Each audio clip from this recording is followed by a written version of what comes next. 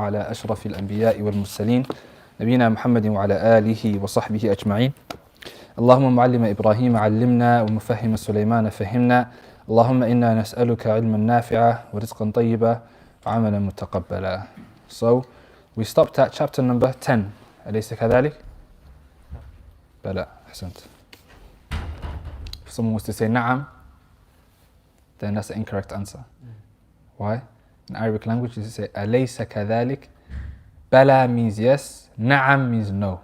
For those that are learning Arabic. So Bala, we're in chapter number 11. طيب, or 10. It's chapter number 10. المعقد العاشر ملازمة آداب العلم.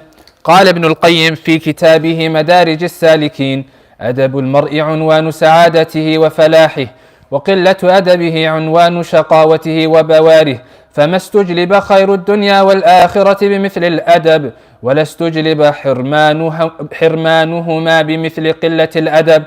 والمرء لا يسمو بغير الأدب وإن يكن ذا حسب ونسب، وإنما يصلح للعلم من تأدب بآدابه في نفسه ودرسه ومع شيخه وقرينه.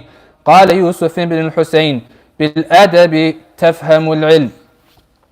Chapter number 10, sticking to the manners of knowledge. Sticking to the manners of knowledge.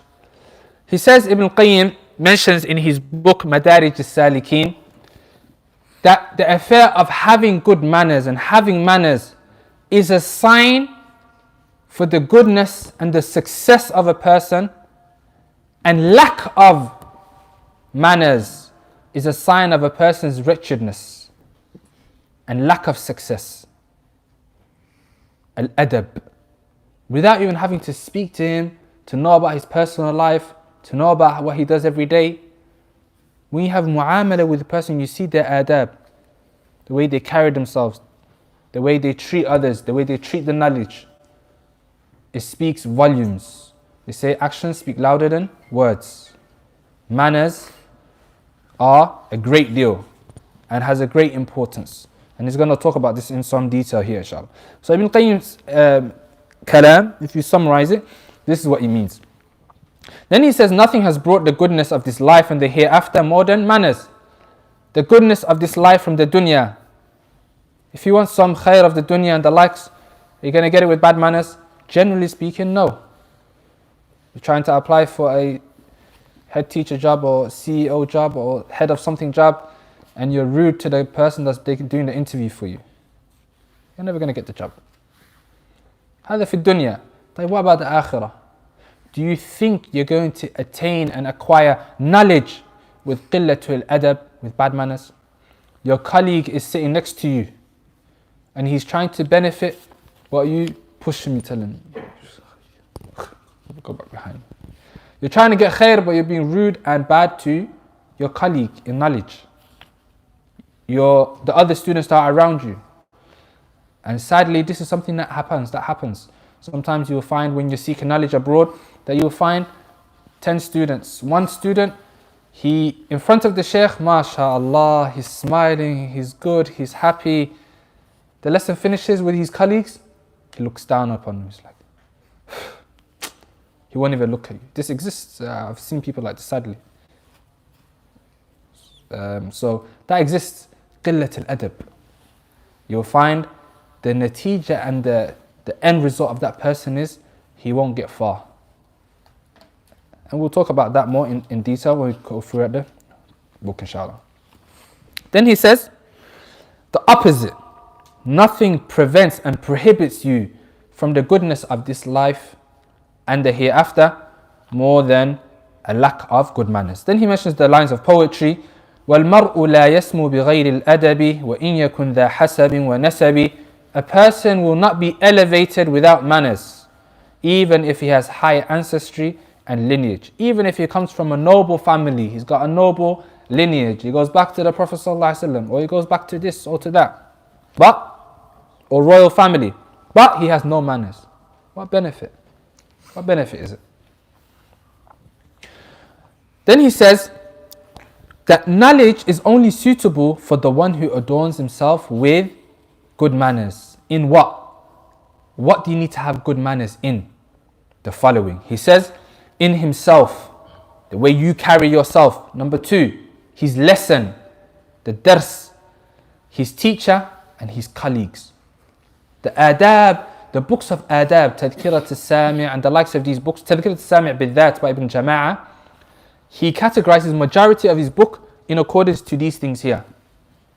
Manners related to yourself, how you need to be with yourself, the clothes, having a shower before lesson, making sure you have wudu. Why did I take long to start the lesson? What did I do? Wudu, right? Why?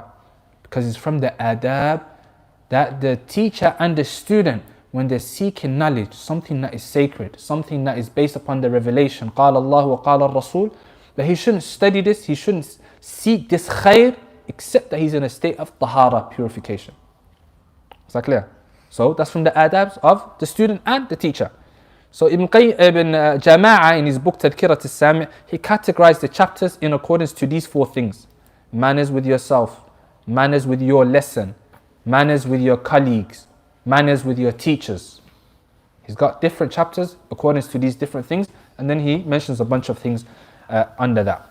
So you need to have good manners in all of these things.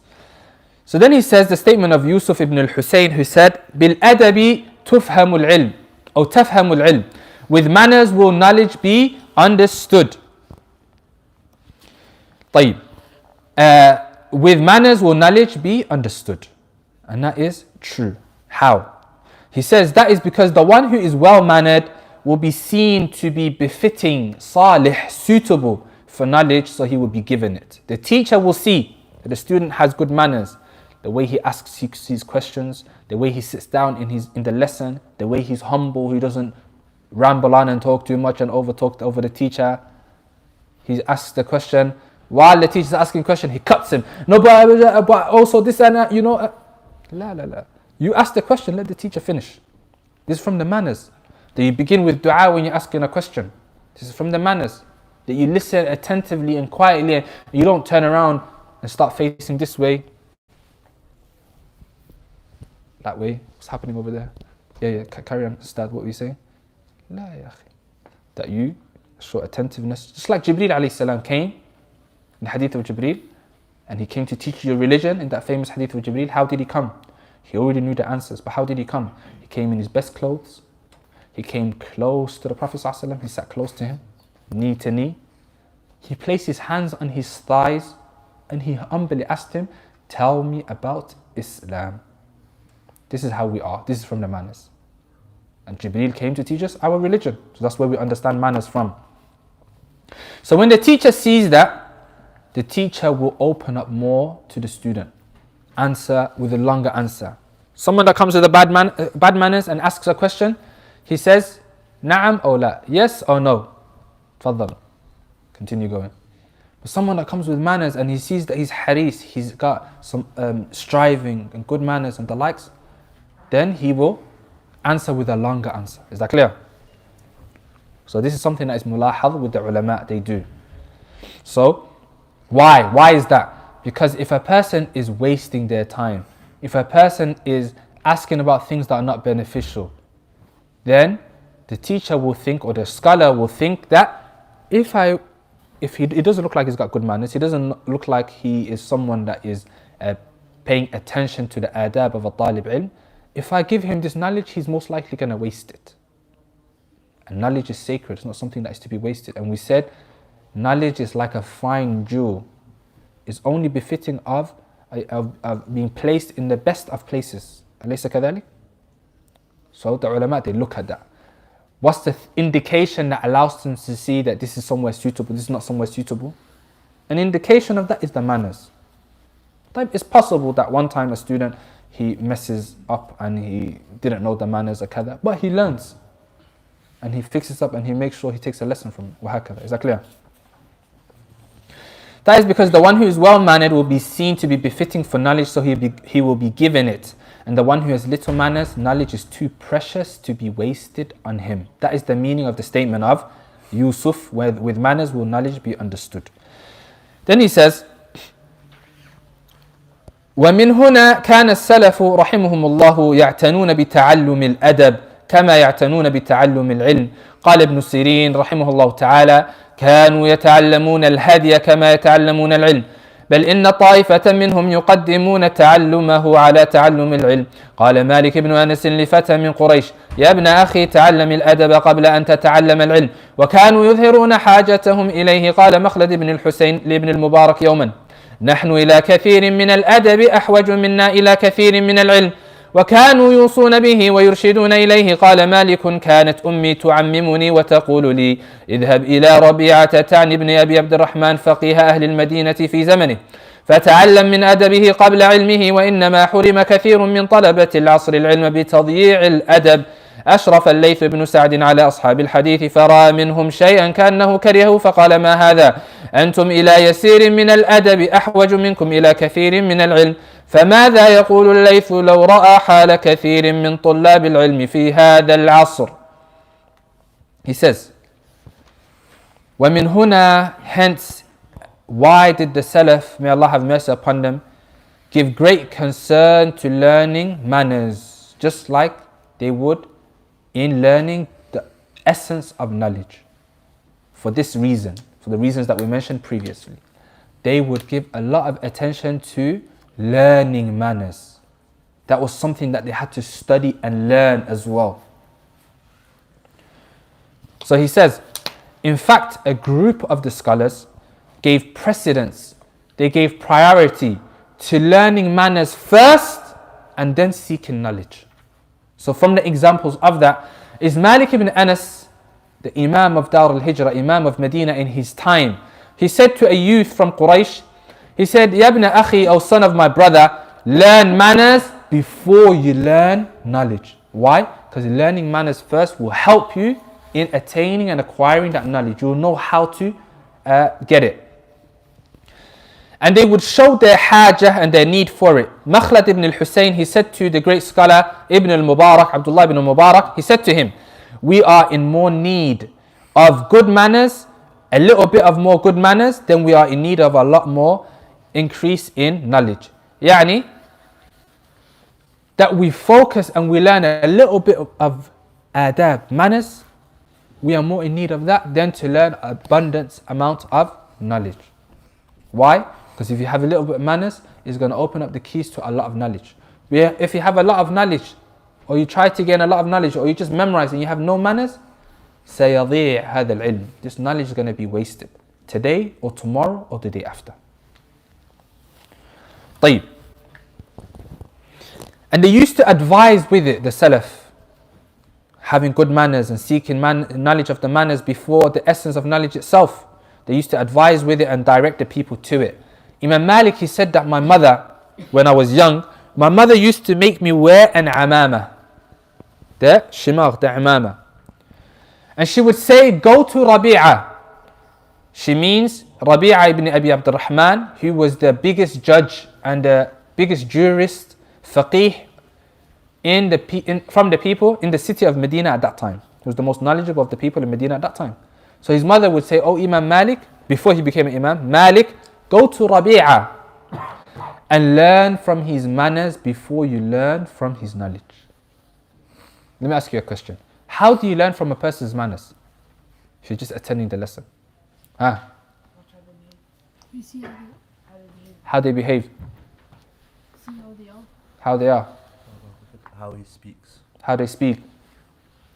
How he answers questions. How he answers questions. Ahsant. How he interacts with people. How he interacts with the people and deals with the people. Ahsant. His etiquette when he's not interacting with people. How he is even when he's not interacting with people. Ahsant. Ahsantum. So this is the reality. When you sit in the lessons of the scholars that have manners, then you see how they treat the young one. You see how they treat the old one. You see how they treat the person who's got good answers, good questions, and the person who's got bad questions. But they can tell the difference between someone who's got a good question and is trying, and someone who's got a bad question who is wasting their time and they're able to do better, and the one that got a bad question because he's young, he's learning now, he knows how to deal with that one, he knows how to deal with this one. Two different ways to deal with that one and this one. And he knows the one that's clever, but he asks a question of fitna and controversy. And he knows how to Be quiet. He teaches you how to have samt, when to be quiet. Not every question you have to answer. He teaches you to say, Allahu A'lam, I do not know. You're sitting in front of a massive scholar and you hear him saying, and he's 80 years old, 90 years old, he's memorized so much, he's learned so much, he's studied so much. And he gets asked a question, he says, Allahu A'lam, I do not know. That's a big lesson. One of the scholars that we used to go to, Shaykh Abdul Muhsin Abbad, who is one of the greatest scholars alive today, the teacher of the teachers. You would sit in his lesson and we could count 3-4 times in a lesson he would say, in the question answer session, he would say, Allahu A'lam. Next one. He wouldn't feel any shyness. You find sometimes the younger students, they feel like if they say Allahu A'lam, then that means people are going to see them to be weak in knowledge. No, it doesn't mean you're weak in knowledge. The person that says Allahu A'lam, his knowledge is strong because he fears to speak about the religion of Allah with no knowledge. But the young one, he's scared of what the people are going to think. He's scared of the question or what he's going to think. Or maybe the question is going to think, I don't know anything. So he will say anything just to sound like he's got an answer. And he might talk about Allah with ignorance. So you hear the ulama al-kibar saying Allahu A'lam, Allahu A'lam, Allahu A'lam. That has an effect. How they deal with general folk, people that are not students. One time we went in a lesson of Shaykh Ali Nasir al-Faqih, and he was teaching Arba'in al-Nawawi, 40 hadith of Imam Nawawi. And he was doing the hadith, Da' ma yaribuka ila ma la yaribuka. Leave off that which is doubtful for that which is not doubtful. Leave off that which you find doubtful for the thing that you don't find doubtful. So a general folk, a ammi, uncle from Egypt came to him and he said to him, Ya Shaykh, I have a question. He said, Tafaddal, go ahead. He says, Ya Shaykh, I have a doubt. There's a miswak, you know the miswak that everyone knows what miswak is, so pretend it's a miswak. He said, I have a miswak and it's Chinese, meaning it's manufactured. Am I allowed to use this? Kada? Shaykh says to him, give me your miswak. This is the miswak you're talking about? Yes. He got his own miswak, the normal miswak. He said, this one is a miswak, right? He said, yes. And this one is miswak, yeah? Which one do you have doubt with? He said, that one. It's manufactured. Look, it came in a plastic thing on kada madriyash. And he said, what about this one? He said, that one's the normal one. It's not doubtful. He said, were you here in the lesson? He's like, yes. What did we say? Da' ma yaribuka ila ma la yaribuka. Leave that which is doubtful for that which is not doubtful. Both of them miswak. Which one do you have doubt with? This one, the Chinese one. Okay, leave this one. This one you have doubt? No, just take this one. Khalas. Intal mawdu'. Leave that which is doubtful and take that which is not doubtful. He didn't shout at him. He didn't say to him, Anta bahlul, are you a clown? What's wrong with you? You don't understand anything. Get out of here. What? La. He khatabahu, he addressed him in a way that suits him. That's from the manners. وهكذا. So you learn a lot in the lessons of the ulama. I remember when I was a student, when I didn't know Arabic and I would attend in my first year, in my first semester I would go to all the scholars that I heard of. Every lesson I would go to. I don't understand any Arabic, but I benefited just from seeing. One time there was a older scholar who came visiting from Egypt. He came for Umrah and he entered into the lesson that we were attending. We were in the middle of the lesson. The Shaykh came into the lesson. Old, he's 89 years old. He's got one tooth only left. All his teeth have fell out. He came into the masjid of a Shaykh that's teaching in masjid in Medina, who's in his 60s, maybe 50s, 60s. Shaykh in his 80s, almost 90, with no teeth left except for one, comes into the lesson and the student says, Shaykh Fulan came in. The teacher gets up, goes to the older Shaykh, kisses him on the head, shows him respect. He says, Tafaddal, here, give a kalima. He says, no, I'm on my way, I'm traveling back. I wanted to give you salam before I left. You seeing that, you don't need to understand Arabic to see that. The manners that a smaller scholar has for an older scholar. The respect for a younger, for an elder. Even if it's not a scholar, from the uncles, treating them with respect. That's manners you see. Is that clear? So imagine, Imam Malik as a young kid, his mother would tell him to go, she'd make him dress the clothes of the ulama, and amama, go to the lesson, don't write, don't do anything, just look at his manners. Learn from his manners, the way he treats the people, the way he talks, the way he acts. This is something that you can do even when you go Umrah. If you go to Medina and you're in Medina, Shaykh AbdurRazaq al-Badr, the son of Shaykh Abdul Muhsin, he's a great scholar himself in his own right. He teaches 6 days a week. Attend all 6 days if you're in Medina. and benefit from his manners. You will see Shaykh AbdurRazaq when he gets out of the lesson, he will walk, or when he attends the lesson, as soon as he sits down, there's an uncle in a wheelchair that attends every lesson after Salat al-Fajr. You saw it? You saw the uncle in a wheelchair? Anyone that goes will see the uncle in a wheelchair. There's an uncle sitting in a wheelchair. Shaykh AbdurRazaq, the first thing he will do is, he will look for the uncle. Assalamu alaikum. I think he might be ill. He might be ill now. Allah yashfi wa ya'afi wa ask Allah Azza wa Jal to cure him if he's sick. From the manners, you see, look how much attention. When he walks out, the Shaykh will look for people that are older or that can't get up or the likes on his way out. He will give salam to the uncle that's in the wheelchair. Then he'll go look for anyone else that he sees. He'll give them salam. He'll go out of his way because it means a lot that the teacher that's teaching goes out of his way and gives salam. It means a lot for that person, and he knows that. One time I was with my son, and the escalator that he's going to go down with later on, I was already downstairs at the escalator and I was holding my son, and that time he was 2 years old. Whilst I'm holding my son, the Shaykh walks past with 20 students around him, 10, 15 students around him, 20 students around him. They walk past us. The Shaykh sees my son, child, he turns around. He says, let me give salam to the Shaykh. He comes to the baby, my son, he gives salam. Assalamu alaikum, kayf halik, you okay? Kada, alhamdulillah. He gives salam to me, continues walking. That does a lot for a child. You understand? So look at this. This is all manners that we can benefit from the ulama. Especially Shaykh AbdurRazaq in our time. He's a role model in that bab. طيب.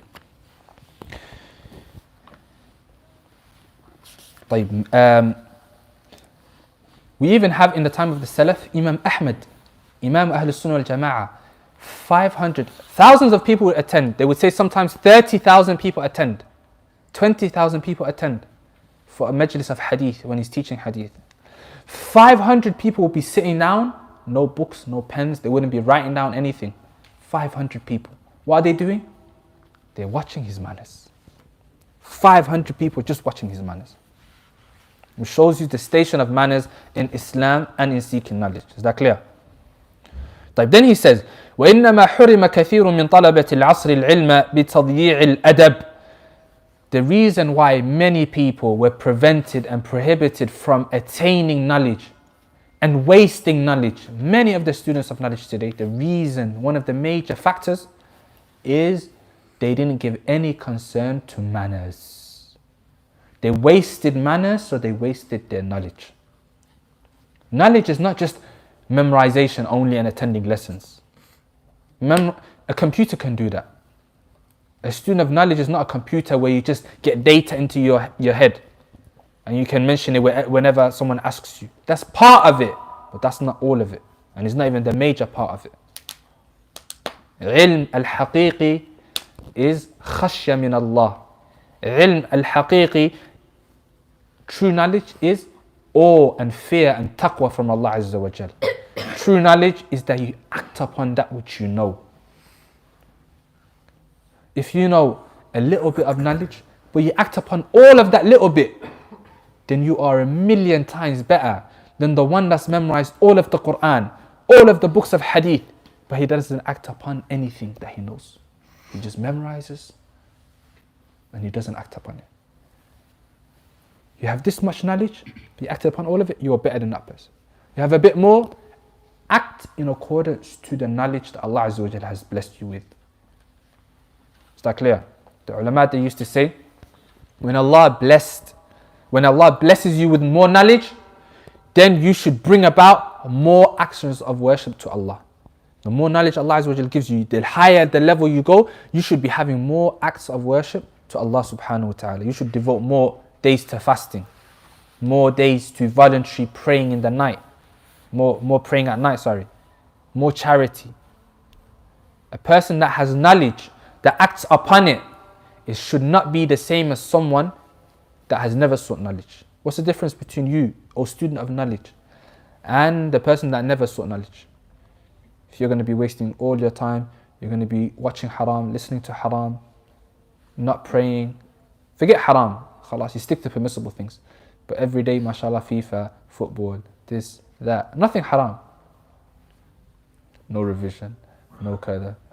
I did this. MashaAllah, I did this when I was young. There has to be a difference between the one that's got knowledge and the one that doesn't have knowledge. Just like when you're fasting, the ulama would say, when you are fasting, don't make your day the same as the day that you're not fasting. If you're fasting for the sake of Allah, you're leaving food and drink and desires, then your day should be different from the days that you are not fasting. You should be reciting Quran more, you should be quiet more, you should be doing more dhikr of Allah. But if your hal is the same as the day that you're not fasting, then there's qaleel al-fa'ida. Is that clear? So if you're seeking knowledge and you're the same as before, then there's qaleel al-fa'ida. Is that clear? So many of the students of today, they wasted their knowledge because of them wasting their manners and not having manners. He says here, he rounds up this chapter by saying that Al-Layth ibn Sa'd, one of the great scholars of the city or the land of Egypt, he said, or he was supervising some of the students, some of the people of hadith. So he saw from one of them something that he disliked. They did something that was qaleel al-adab. It doesn't mention exactly what, but something that he didn't like, that goes against the adab. So he said to them, whilst being angry, Ma hadha, what is this?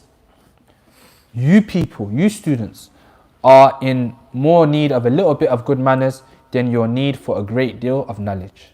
Again, rebuking them, giving them a harsh speech that you should focus more on. Don't worry about having a lot of knowledge. Focus on having a little bit more manners. So if that's Layth ibn Sa'd and he lived in the 2nd century and he's saying this speech, how would, the author says, how would Layth ibn Sa'd be if he saw some of the students alive today? There's a book in front of them. They finished, dash the book here. Worse than that. And that's why I teach you in this lesson to stay away from that. That you put the book next to your feet. The book next to your foot. That's qaleel al-adab. That you have a maktaba in your house, in your bedroom. You have a shelf of books. But your bed is right here and your feet are facing the books. Books have what?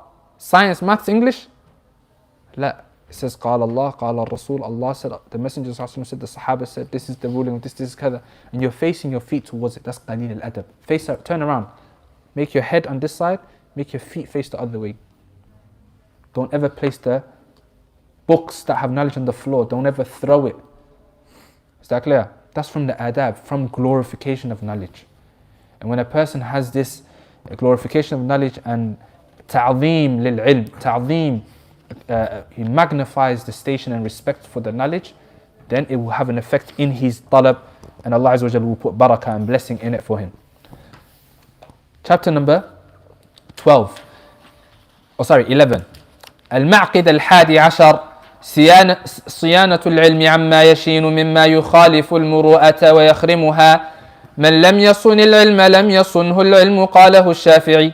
ومن أخل بالمروءة بالوقوع فيما يشين فقد استخف بالعلم فلم يعظمه ووقع في البطالة فتفضي به الحال إلى زوال اسم العلم عنه. قال وهب بن منبه: لا يكون البطال من الحكماء وجماع المروءة، كما قاله ابن تيمية الجد في المحرر وتبعه حفيده في بعض فتاويه: استعمال ما يجمله ويزينه وتجنب ما يدنسه ويشينه. قيل لأبي محمد سفيان بن عيينة: قد استنبطت من القرآن كل شيء فإن المروءة فيه. فقال في قوله تعالى: خذ العفو وأمر بالعرف وأعرض عن الجاهلين، ففيه المروءة وحسن الأدب ومكارم الأخلاق. طيب. He says, number 11, protecting knowledge from that which blemishes it, from what opposes muru'ah. And muru'ah in the Arabic language is a word that is used for, that means dignity or a person's integrity and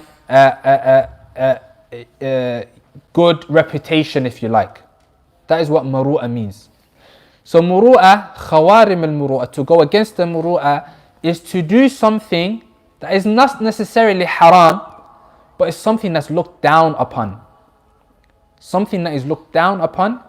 It's not befitting for someone noble, someone that is hafiz of the Quran, someone who is a student of knowledge, to fall into, even if it's not haram. I'll give you an example. If you had Sudais, we always mention Sudais because it's someone that everyone knows. and he's a famous qari. If you saw Sudais right now today in Small Heath, eating a big chicken burger with ketchup on his shimar, is it haram? It's not haram, but what would you say? Yeah, Sheikh, what's going on? It's not something that you'd expect from a Sheikh, صح? Imagine you have the Mufti, let's say we're living in a Muslim country right now, and we have many Sheikhs and many Muftis, but we have the Grand Mufti, the head of the Muftis. The Grand Mufti, he's doing racetracks. He's in, what do you call that? No, not the Formula 1. Go-karting, Jazakallah khair. He's doing go-karting. Oh, he's got a go-kart. He's driving in the streets. Haram? It's not haram. Lakin yasluh? La yasluh. It's not befitting for someone of that image, that level. Is that clear? So, likewise, as a student of knowledge, there's certain things that maybe were allowed for you to say before, to do before. When you become a student of knowledge, you should stay away from it. Okay? So there's many examples. I can't think of anything right now. Who's got examples? In here in the UK.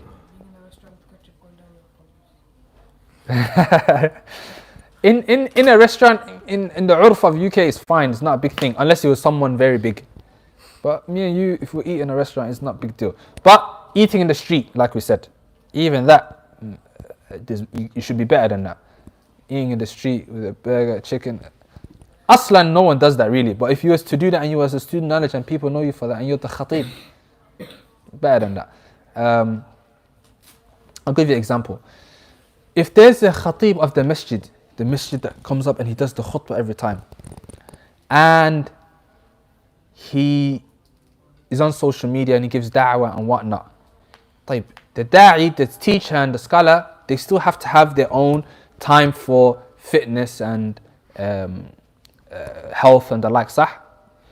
But I would say it's from khawarim al-muru'ah that a person publicizes that. So let's say we have again Sudais, and imagine Sudais posts on his Twitter account. He doesn't have Twitter account, but let's just say he did Twitter account or YouTube or whatever. He posts a video of him sparring in the ring with another guy. There's nothing wrong with it, yani. Or doing judo, taking a guy down. Then he gets up and he says, it's a famous one now, isn't it? It's not haram, halal, there's nothing wrong with it. But يعني ولا قفي عني in Somali we say you should be better than that. صح ولا لا? You guys get the picture now? Isn't sparring haram? On the face, yeah, but like let's say you're doing on the thing, on the boxing bag, yeah.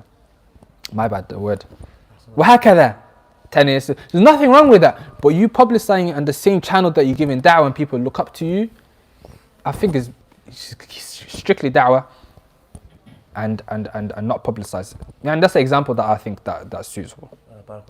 When you mentioned about publicizing, what about if someone, or for example, Sheikh today's kept it private, it doesn't tell anyone it's private? That's what I said. Private is everyone needs to do their health and everyone needs to do their own thing.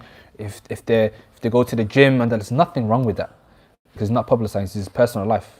Mashayikh, some of the mashayikh, mashallah, we know they go gym every day after dhuhr. Every day is no problem.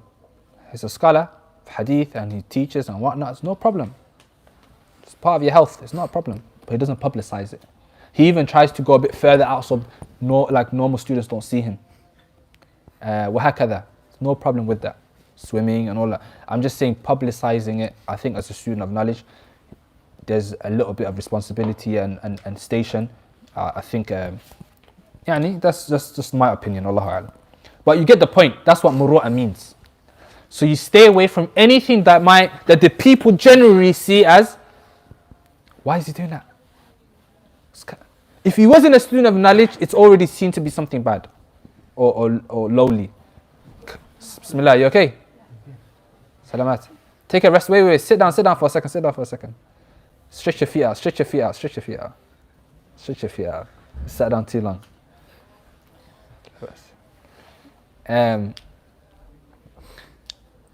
What was I?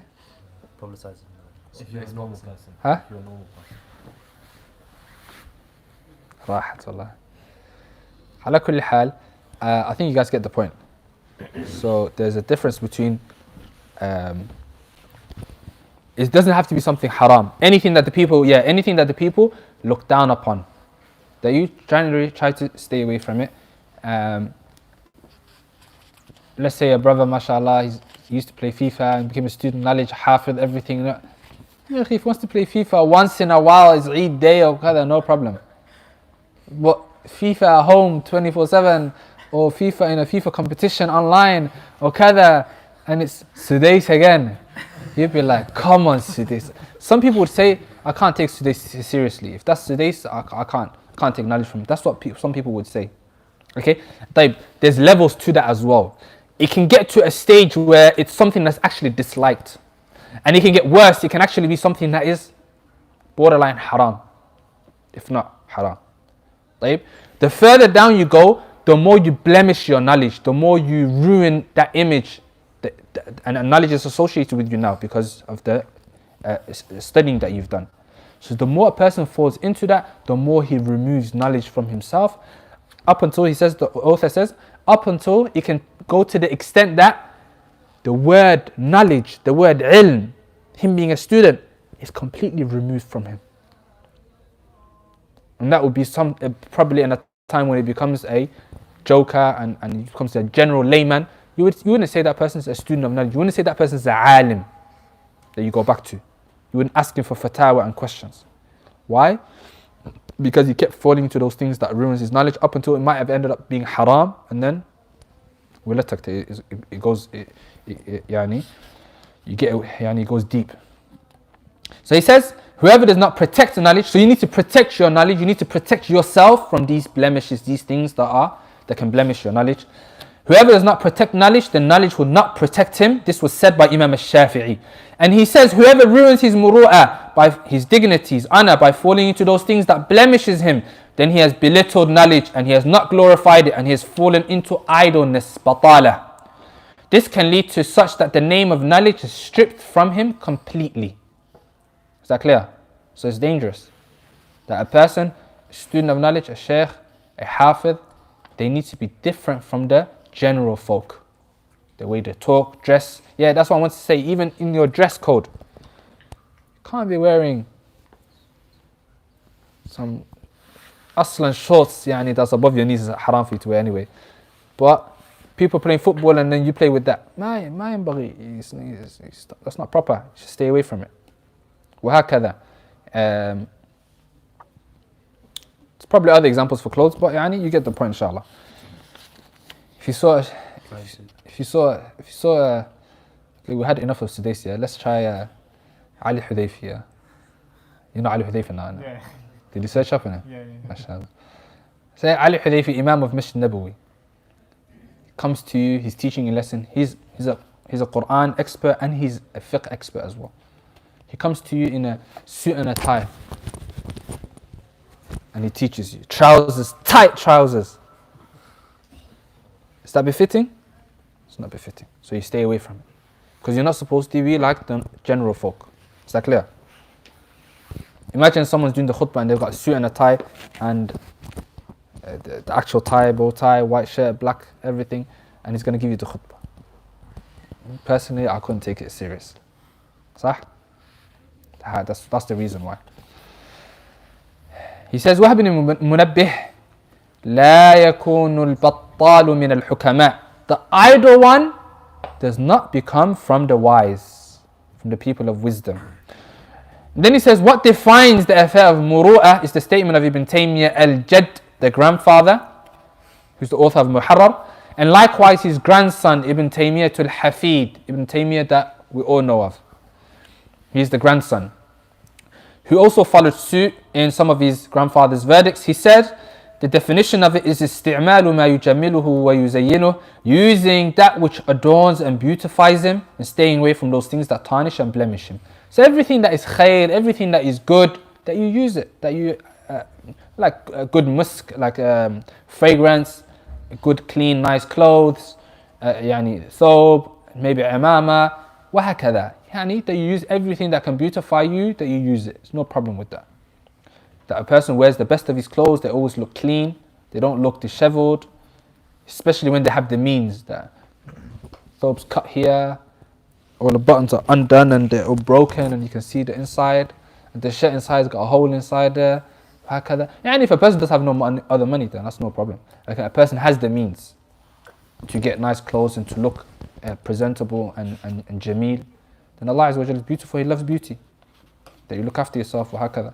And you will find some ulama, they give a lot of concern to this beautification and having the best clothes all the time and the likes. One of our mashayikh, Sheikh Mahamed, when he always wears a thobe, a shimar, imama, and a bisht. I have to say Sudais. Sudais is the only one that we all know that wears bisht. Do you know what Sudais wears? The cloak on top. He always wears, this sheikh always wears that. When he's teaching in the university, in the lesson, wherever he is, you can never catch him slipping. You can never catch him without the cloak. He had a heart surgery, operation where they were cleansing a clot near his heart one time. And when he was having this operation, he never had anesthesia, so they never put him to sleep, he was awake. And he's memorized Sunan Abi Dawood. He used to teach Sunan Abi Dawood for 20 years. So he's memorized it. The chapter of medicine, Kitab al-Tib, he would read it from his memory when the operation was being done to him. قال النبي صلى الله عليه وسلم كذا قال النبي صلى الله عليه وسلم كذا. The chapter of medicine. While he's awake and they're doing cleaning a clot from near his heart. And so afterwards, when he went back home, everybody was visiting him. The scholars were visiting him, the students were visiting. His house was open for visitation. So we visited, and he's lying down on the bed.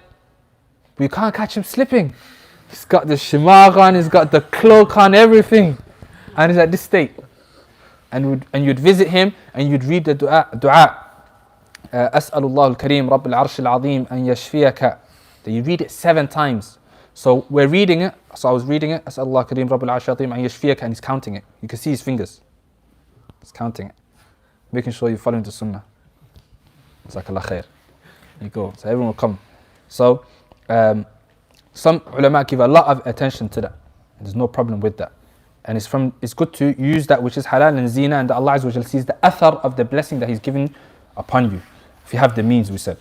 Then he says that وَتَجَنُّبْ مَا يُدَنِّسُهُ وَيَشِينُهُ, and staying away from everything that harms and tarnishes a person, that a person stays away from it. Everything that tarnishes and blemishes a person, that a person stays away from it. And this goes back to the urf. It changes from place to place, from time to time. Something that could be normal here today in UK, if you was to go to a Muslim country, they would see that as aib. That would be something bad, stay away from it. What are you doing? So if you're over there, you have to go with the urf, the customs of the people, and you stay away from that thing. Something that's completely normal. And one of the Yemeni mashayikh, when he was asked about this affair of urf, he said, yeah, for example, in some countries, some Muslim countries, that a sister, a woman, asks a taxi driver, for example, what's the time, then that's completely normal. There's nothing wrong with that. In some other countries, their custom is that is something bad.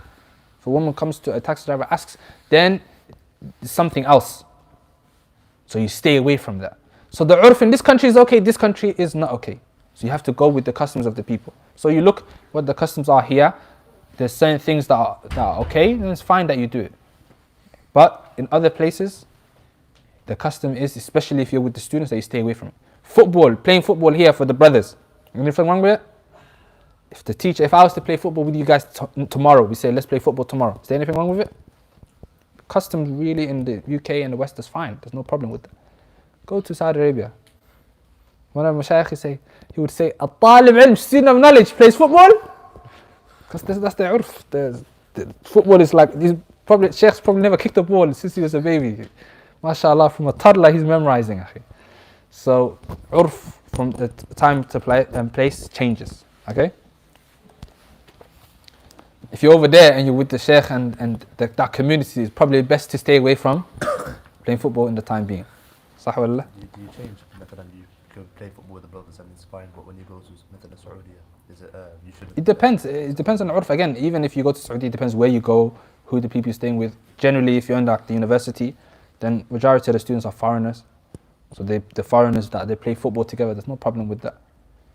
There's no problem with that. يعني it's أمر ما في إشكال. لكن I remember when I first came, some of the Arab brothers, some of them, they were like, no, you can't play football. Not these haram, but like you're a student of knowledge, like what are you doing? Get it? So the urf can change from place to place. I think that's a clear example. طيب. Then he says, it was said to Abu Muhammad Sufyan ibn Uyaynah رحمه الله تعالى قد استنبطت من القرآن كل شيء فأين المروءة فيه. You've extrapolated, you've managed to dig out from the Quran everything in our religion. You found it in the Quran. So where is the affair of muru'ah? Where is it in the Quran? So Sufyan, he replied, he read the verse, خُذِ الْعَفْوَ وَأْمُرْ بِالْعُرْفِ وَأَعْرِضْ عَنِ الْجَاهِلِينَ. Show forgiveness, enjoin what is good, and turn away from the foolish. The foolish people, the idle people, they fall into things that blemish them and tarnish them, صح? You turn away from them. وَأَعْرِضْ عَنِ الْجَاهِلِينَ. And you enjoin the good. You use everything that is good. You command with the good. If you see some people doing good or using good and the likes and adorn yourself with it, then that's khair. And show forgiveness. He says, in this verse is muru'ah, good etiquette and lofty manners. And lofty manners. Then he rounds up this chapter by saying, وَمِنْ أَلْزَمِ أَدَبِ النَّفْسِ لِلطَّالِبِ تحليه بالمروءة وما يحمل عليها وتنكبه خوارمها التي تخل بها كحلق لحيته أو كثرة الالتفات في الطريق أو مد الرجلين في مجمع الناس من غير حاجة ولا ضرورة داعية أو صحبة الأراذل والفساق والمجان والبطالين أو مصارعة الأحداث والصغار. He then says, he rounds up the chapter by saying, from the most important etiquettes for the student upon himself is that he adorns himself with muru'ah, good dignity and honor and integrity, and that which leads to it, everything that leads to it, and that he stays away from everything, from those things that tarnishes it. And then he gives some examples. Some of these examples are haram things, some of these things are things that are not haram, that's permissible. So the first example is like shaving his beard. Shaving the beard is haram.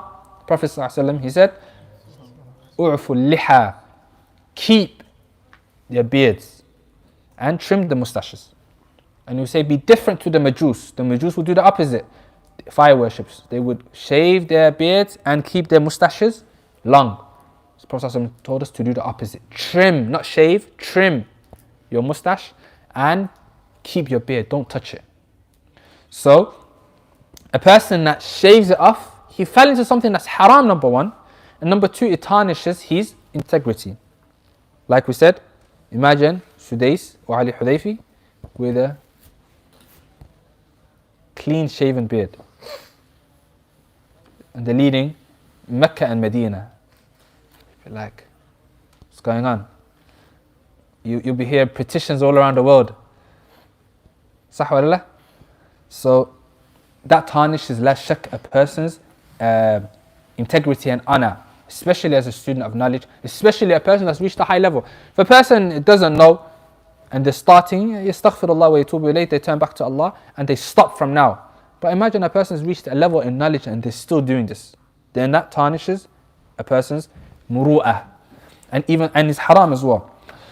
Then he says, or looking around plentifully in the streets. Kathratul iltifat.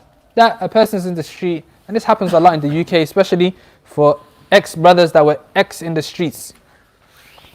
Inshallah, when they left ex, then inshallah it leaves them. What you have when people are in the road, what do they do a lot? Always looking. By a shop.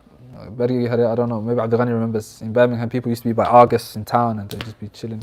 You remember Yaqub, eh? People just chilling, just looking. كثرة الالتفات, that's خوارم المروءة. We students of knowledge, we're hearing the lesson now, then in an hour's time we're outside Dixie just staring at the streets and just talking in the streets and just... It's خوارم المروءة. He mentions that. كثرة الالتفات في الشارع. Without a need. If you're looking for someone or the likes, that's fine, but you're just wasting your time just looking in the street, كذا كذا كذا. It shows استعجال, hastiness of that person. They're not calm, they're not acting upon the knowledge of tranquility and samt that you're supposed to learn from the lesson. spreading his feet whilst in a gathering of people without a need. That you're saying, especially in the lands of the Arab, they see that from the urf. In England, I don't know so much about it, but in Arab lands, Muslim lands, if a person is sitting on a chair, the brother is sitting on a chair, put your one foot on this foot. Yes, this one. I wish I could put the camera on you, but you don't want to go on YouTube. But al-muhim, when you're sitting on a chair and you put one leg here, and your foot is facing that way, they see it to be the highest level of being rude. How are you facing the back of your feet, another guy's face? So rude. Or that you're in a majlis, we're here, we're sitting in a circle, we're all talking, and I stretch my feet out and I face this guy, or face this guy, face this guy. It's like very rude. Both feet out, not like this, like that. Both feet out. So it's considered rude. But here, generally, in the UK, everyone sits like that, generally. If I never told you, I don't even think you would have ever said that's something rude. Sah wala la? Jabir. So I heard it's rude, but like, a lot of us when we sit for like 2 hours, our legs really hurt, so we have to like... No, stretching out, it says without a need, by the way, without a need. So if you're in a long lesson, 1 hour, 45 minutes, 2 hours, even Shaykh Usaymi, the author of the books, when he's got a program that's going for 3 hours, this rule doesn't count. He said without a need. Without a need, okay? Then he also says, accompanying the lowly, the oppressively sinful, and the shameless. That a person, his companions, look, there's a difference between companions and people that you're advising, giving da'wah to, trying to have a good influence on. There's a difference between the two. If your best friend that you're always chilling with is someone that is upon haram, sinful, fusaq, the likes, then that's something not good. And they're going to have effect upon you. But if you are 2 people, 3 people, 4 people, and you bring someone and you want to have a good effect on him, you guys are the ones driving the car and he's a passenger, not the other way around. This person that's not practicing, he's not the one driving the car with his boys in the car and you're there sitting at the back quietly and then you say, oh, I'm giving them da'wah. No, they're giving you da'wah. They're taking you for a ride. Okay, there's a difference between the two. Okay, and it's real. A person gets affected by the companion. As-sahibu sahib. The companion is someone that pulls you. And when I talk, there's going to be a separate chapter for the companionship. It's the next one actually. So, accompanying those people. And then he says, and the idle one, or competing with the young and the small. Yani, if a person does musara'a and he does wrestling or takedown, someone 30 years old and I say, how old are you? Yeah, 7. I say, come to musara'a. Or 13-year-old. And it's jid, serious. Yani, it's, or you see a guy, you see this sometimes, and this is from Khawarim Muru'a, that a person is 50 years old, 40 years old, and he's hanging around 12-year-olds, 13-year-olds, and they're all wasting their time. What are you doing, akhi? Hakada. Next chapter. Yeah. And you know how you were explaining about urf and like you change actually depending on the scenario? Yeah. What's the actual definition? Is it the same definition? Urf, no. Urf, I can't give you the definition, but it's customs and the norms of the people. That's what it means. Okay. Urf means customs and norms of the people. And so the customs and norms of the people change from place to place, from time to time. Okay? So some things, the Sharia, ahsan, jazakallah khair. Some things in the Sharia, Allah connects it to the urf. That you treat your spouses with good in accordance to the urf. So if the people have a certain lifestyle that they live in, this is the middle part, that you don't go below that. And you don't be extravagant. The norm of the people is such and such. فهمت? For example, ما يحتاج example خلاص. ما معنى التنكب والخوارم؟ Going against it, basically blemishing it, tarnishing it. الخوارم. Yeah, khawarim is breaking it. So tanakkub wa al-khawarim is breaking or going against the integrity, blemishing the integrity. Means to do that. Both of them, yeah. تنكبه خوارمها. Huh? قول تنكبه خوارمها. Khawarim and tanakkub is talking about the muru'ah. that you do tanakkub and you do khurm of the muru'ah, meaning you blemish it, you tarnish it, you ruin it. You ruin the muru'ah. What does it mean by the idle one? Huh? The idle one. So, This is al-butlan. yeah, so it mentions that basically the people that fall into those things, they are idle, they are foolish. Yeah. Chapter number 12. We got time, inshallah. We'll try to finish 12 and 13. Inshallah, we're going to finish soon the book. Asburu ma'ana, be patient, inshallah. Choosing righteous companions for seeking knowledge. He says, المعقد الثاني عشر انتخاب الصحبة الصالحة له. اتخاذ الزميل ضرورة لازمة في نفوس الخلق، فيحتاج طالب العلم إلى معاشرة غيره من الطلاب لتعينه هذه المعاشرة على تحصيل العلم والاجتهاد في طلبه. والزمالة في العلم إن سلمت من الغوائل نافعة في الوصول إلى المقصود، ولا يحسن بقاصد العلا إلا انتخاب صحبة صالحة تعينه، فإن للخليل في خليله أثرا. روى أبو داود والترمذي عن أبي هريرة رضي الله عنه أن النبي صلى الله عليه وسلم قال: الرجل على دين خليله فلينظر أحدكم من يخالل. He says, choosing righteous companions for it. He says that taking a companion is an imperative need in the souls of mankind, generally speaking. That all of mankind, they need some suhbah, some companionship. Can't be isolated and alone and secluded all the time. This is a darura, that a imperative need in the souls of all of mankind. Then he says, so the student of knowledge, the talibul ilm needs to mix with other students that have similar goals as him. Why? In order to help him acquire knowledge and strive hard in seeking it. If you have a friend and a companion that you go out together to the lesson, that you revise the lesson with, that you ask each other questions for, the main reasons you're coming together to meet up and your friendship is based upon is for the sake of Allah and to seek knowledge. You both got the same goals. I want to memorize the Quran. I want to memorize these mutun. I want to learn Arabic. I want to do this. This is your goals, and inshallah this is all of your goals. So that you have friends that are upon the same path. So everyone here, inshallah, is fit to be a friend of the other. If you take each other's numbers and you keep contact with each other, that's khair wa barakah. And likewise for the sisters. And so you all have the same goal, to seek knowledge, to learn Arabic, to memorize Quran, to do mutun, to go maybe abroad to see some of the scholars. These are your goals. Having a friend like that will help you in this path. He says, and companionship is only beneficial, in reaching that which is matlub, that which is sought after, if only it is preserved from any wrongdoing. Meaning, when you're together with your companion that you're trying to seek knowledge with, you don't talk about haram stuff. You don't talk about things that are going to waste your time. Oh, did you watch what happened, what came on ITV yesterday, that show, blah, blah, blah. There's no room for that. We don't talk about, oh, you see what this rapper did with that one, and this one killed that one, and these guys got a feud, and these guys are... we ain't got time for that.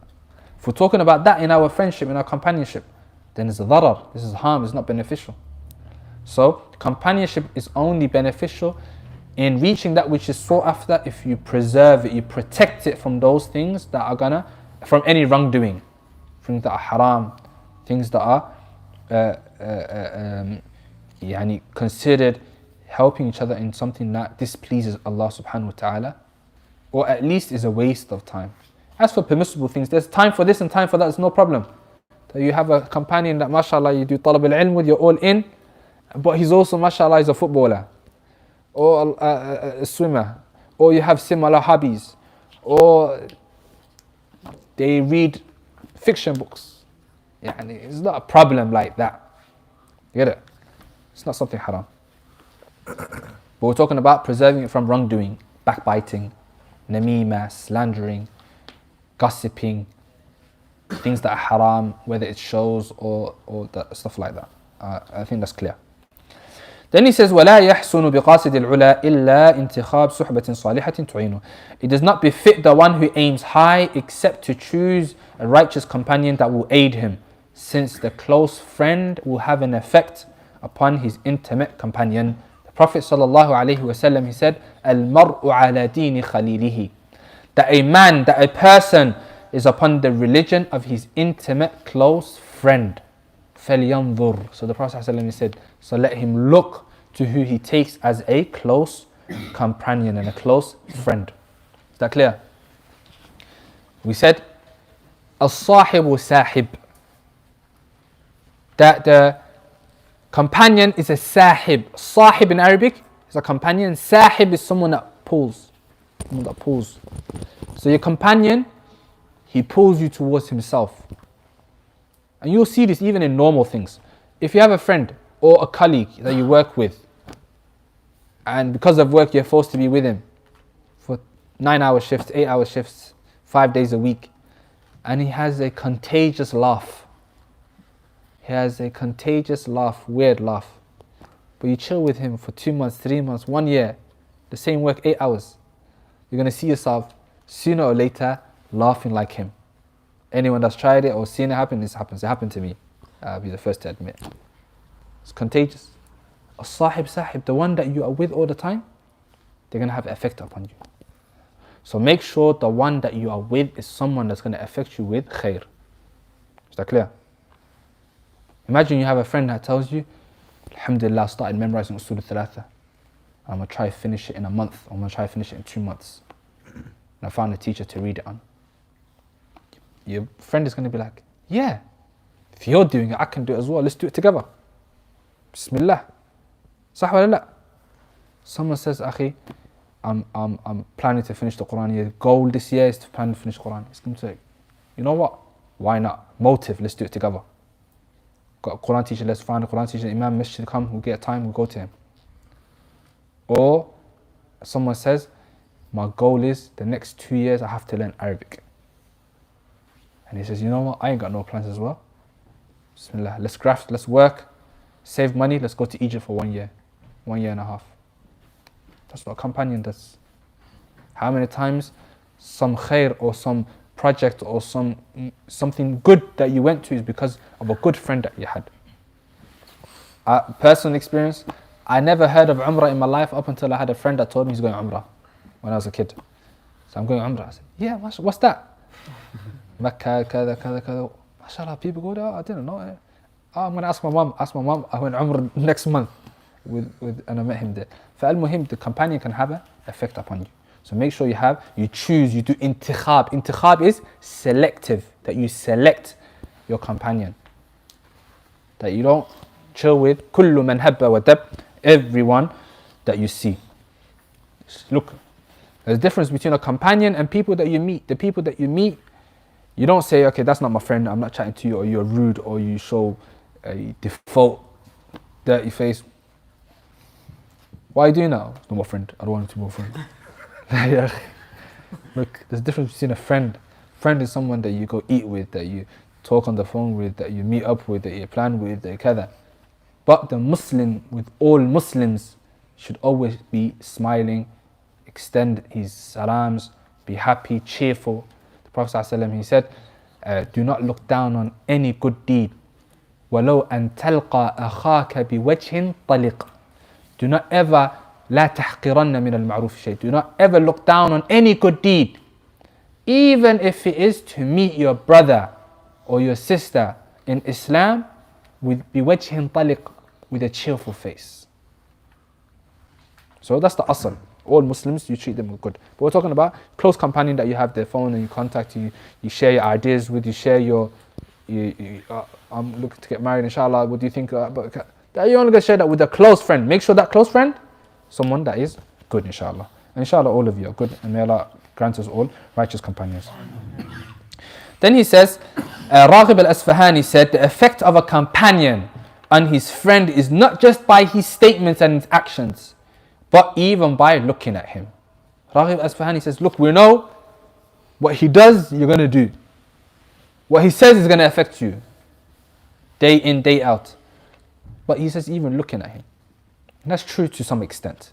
If you see your companion, or even to a role model, teacher, mashayikh and the likes, if you see them praying in the masjid 5 times a day in your local masjid, if you see them raising their hands in dua between adhan and iqamah, if you see them praying their sunnahs, if you see them reciting Quran in their private time, if you see that this is how they are, you just see them, it will remind you. Imagine you're having a day where you're heedless, your iman is a bit low.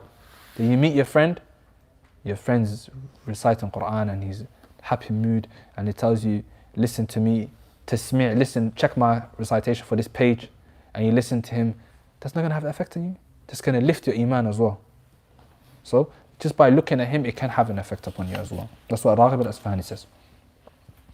So then he says, he only chooses an intimate companion due to virtue, a close companion due to virtue, not for a beneficial gain nor pleasure.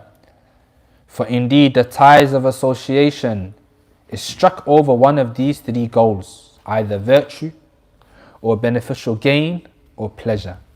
And reality is, and this is true, so many people, they establish bonds of association, friendship, companionship on one of these 3 things. Virtue, someone think that is khair, is good deed for the sake of Allah, or beneficial gain. This person, mashallah, he's got 6 figures coming in, he's got connects to, mashallah, so many businesses, he's a well-known businessman. If I have him in my phone contacts, mashallah, I'll be sorted, I'll be having so much business opportunities. So only becomes friends with that person because he wants to get a benefit from that person. And he's so nice to him and he invites him to his house and kada. Tomorrow, he gets bankrupt.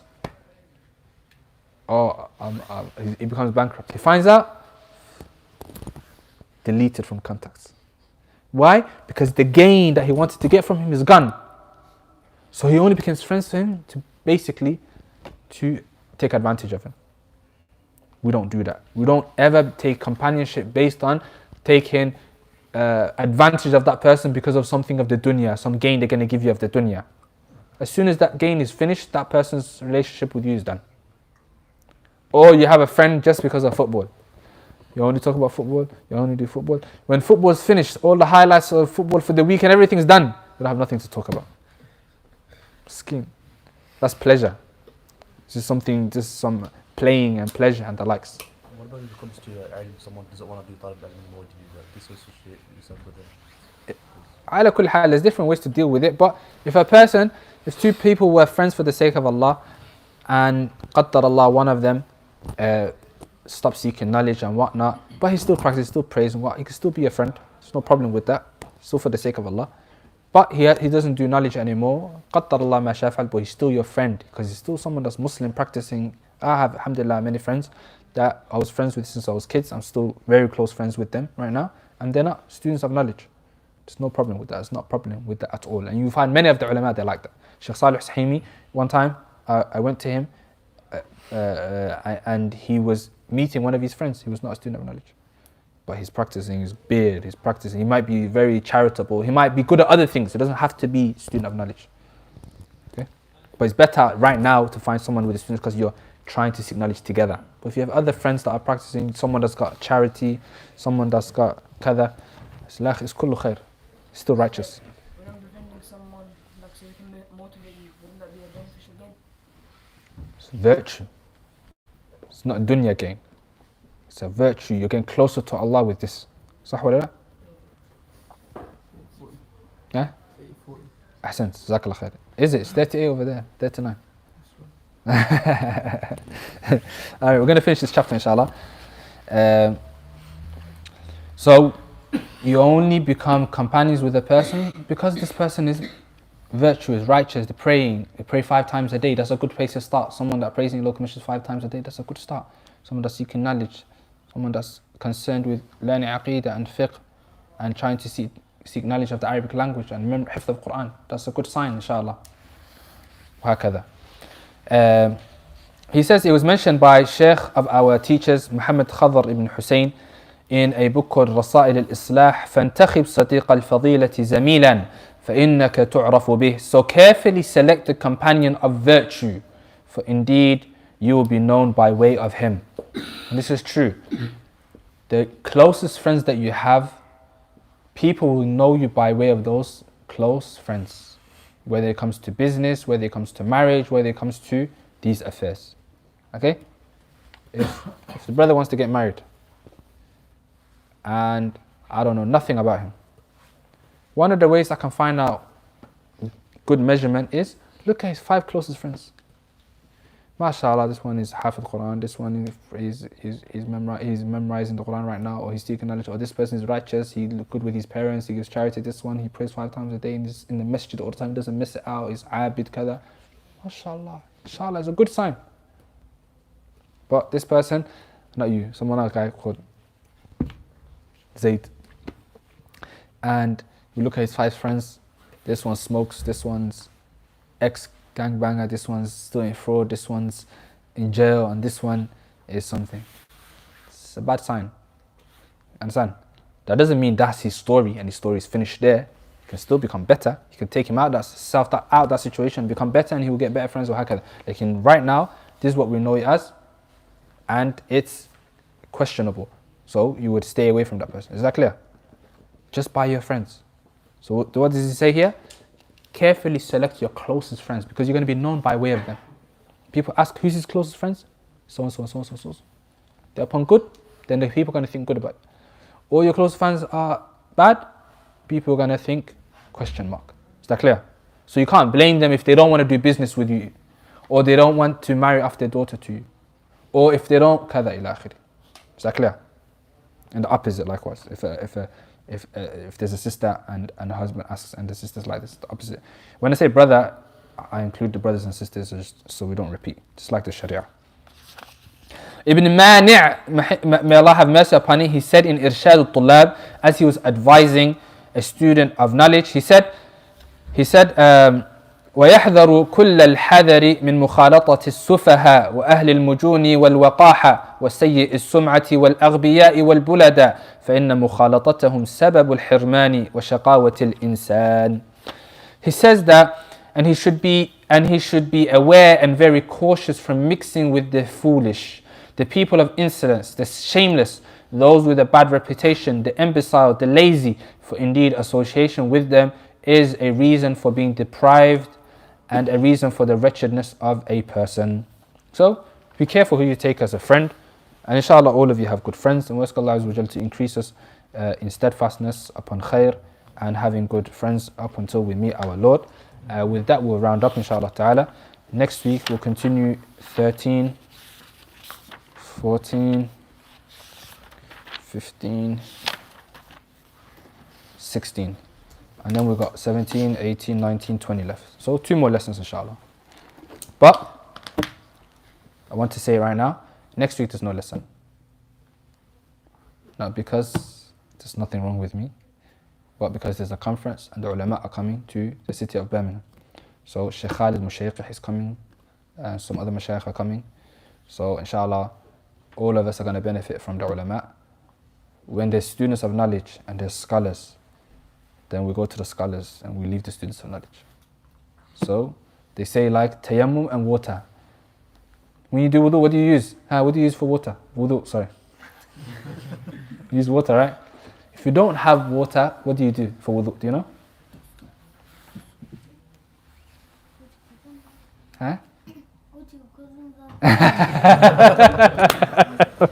Go to your cousin's house. MashaAllah. You do tayammum.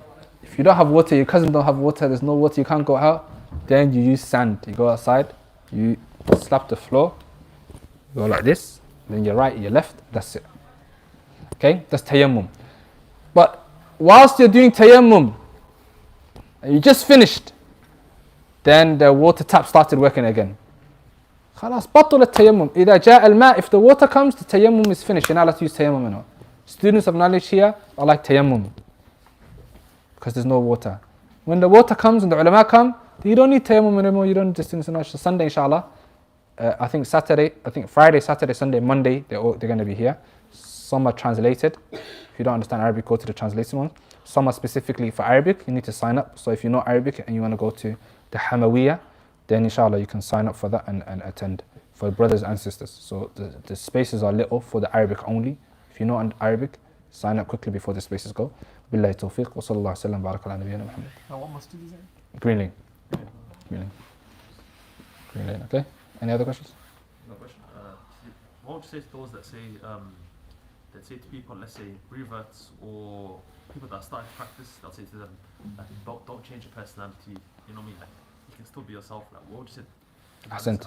So the question is, what would you say someone that's revert or start practicing and someone says to them, don't change your personality?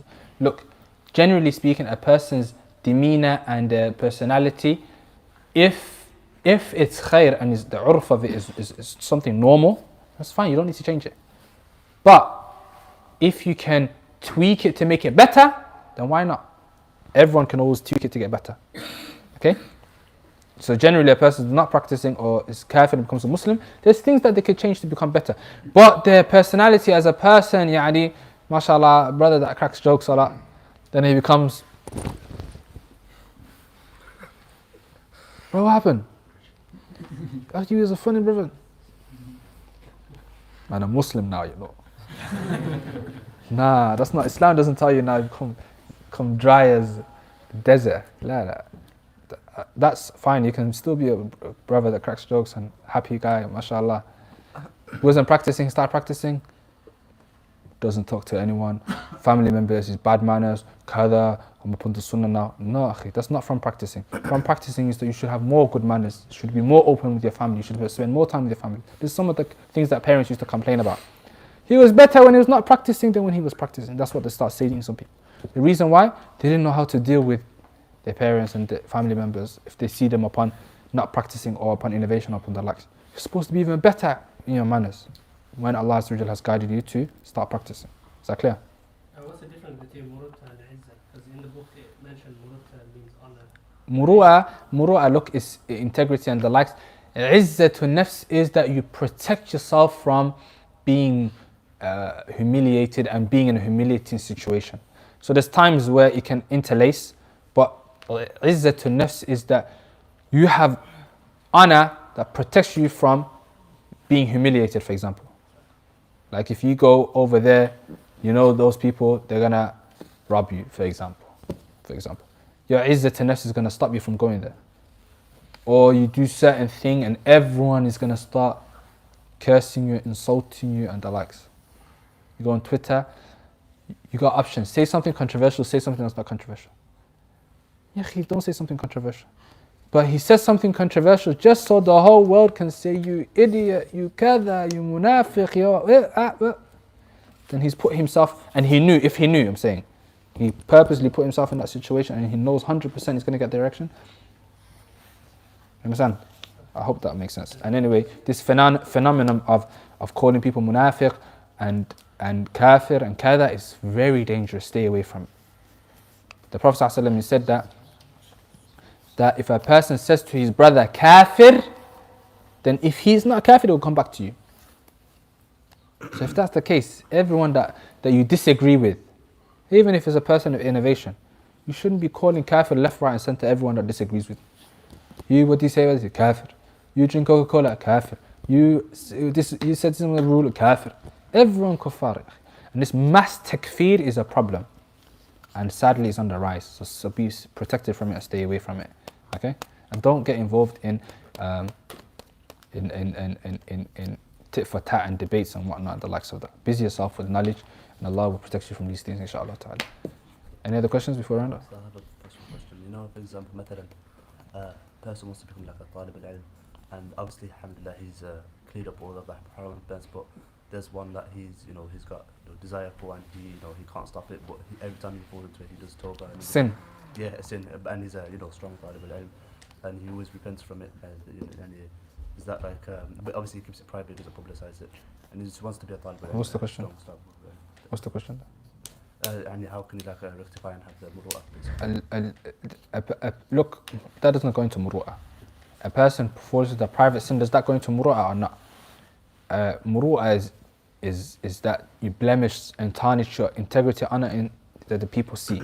For a private sin, then a person should do jihad and nafs, strive with themselves to always rectify and to cleanse their heart and to move them, distance themselves from that sin. And they always make tawbah. You fell into that sin today, you make tawbah again today. You fell into it again tomorrow, you make tawbah again from it tomorrow. But the thing is, now you need to start analyzing. Why did I fall into the sin? What was the steps that I took? Is it I went to a certain place and that led me to falling into this haram? Then I need to stay away from that certain place that led to that haram.